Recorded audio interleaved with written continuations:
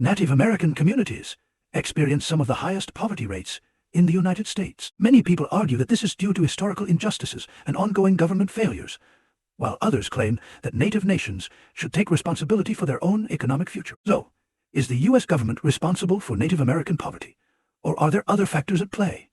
One of the biggest reasons for Native poverty is land dispossession and broken treaties. Before European colonization, Native nations controlled vast lands rich in resources. However, through forced removals, fraudulent treaties, and policies like the Dawes Act, 1887, millions of acres were taken away. These policies left many tribes with small, resource-poor lands, making it difficult to develop strong economies.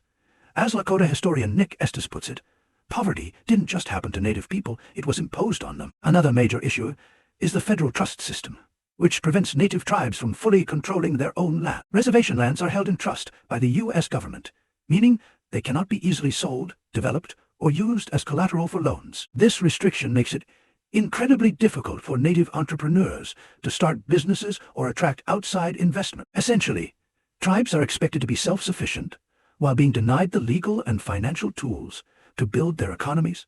Chronic underfunding of federal programs has also contributed to poverty. The U.S. government signed treaties promising healthcare, education, and economic support in exchange for Native lands, but these commitments have rarely been met. Programs like the Bureau of Indian Affairs, BIA, and Indian Health Service are consistently underfunded, leading to poor infrastructure, failing schools, and inadequate healthcare on many reservations. Despite these obligations, Native communities are often forced to rely on limited government aid while facing extreme barriers to economic independence.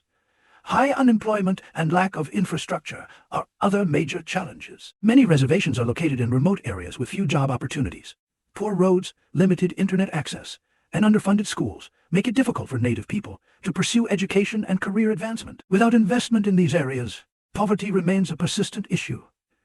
Critics argue that Native nations should focus on self-sufficiency rather than depending on federal aid. Some tribes have successfully built strong economies through gaming, energy development, and cultural tourism. However, not all tribes have access to these industries, and legal barriers still prevent many from fully utilizing their own land and resources.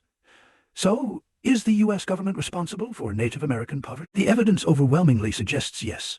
Centuries of land theft, legal restrictions, and broken promises have created a system where poverty is not just an accident, but a direct result of government policy. The real question is, what will the government do to fulfill its obligations and allow Native nations to thrive?